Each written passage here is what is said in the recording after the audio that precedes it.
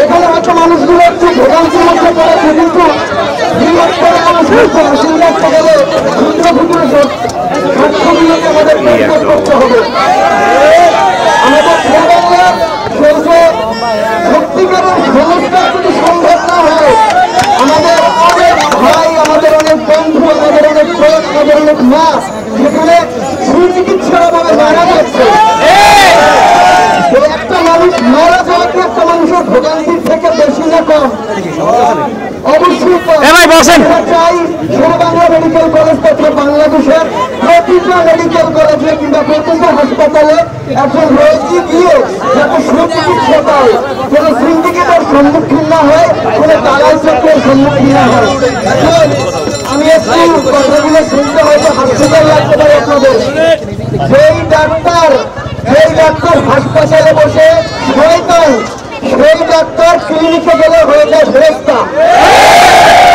একই মানুষ, একই ডিগ্রি, একই আচার ব্যবহার, একই ডায়াগনস্টিক, কিন্তু ক্লিনিকে বসে যে ধরনের কথা বলে হাসপাতালে বসে কি আপনারা সে ধরনের কথা শোনেন?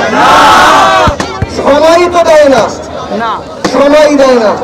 আমার মনে হয় এখানে এমন কোন মানুষ উপস্থিত আছে কিনা যারা সরকারি হাসপাতালে বসে কোন ধরনের টেস্ট করাতে পেরেছে, যেমন এক্সরে হতে পারে, হতে পারে, যে কোনো ধরনের টেস্ট গুলো আছে হাসপাতালে, কিন্তু আপনি দেখবেন এগুলো হওয়ার কথা, থাকার কথা, হসপিটালে হয় না।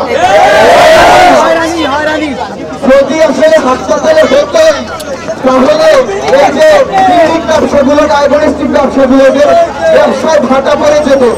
এখানে যারা এসেছে এখানে কোনো এলিট শ্রেণী নাই, কোন এলিট শ্রেণীদের আন্দোলন এটা না।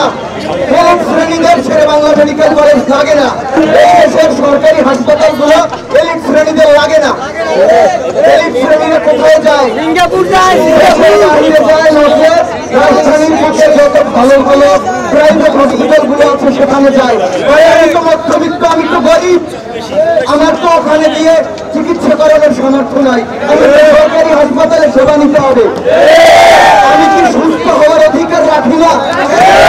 আমি হাসপাতালে গিয়ে কেন লাশ হয়ে ফিরব?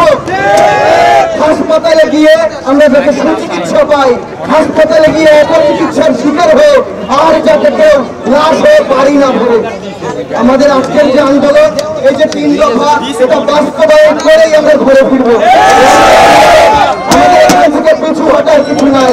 যদি আমরা পিছু হটি তাহলে কি হবে?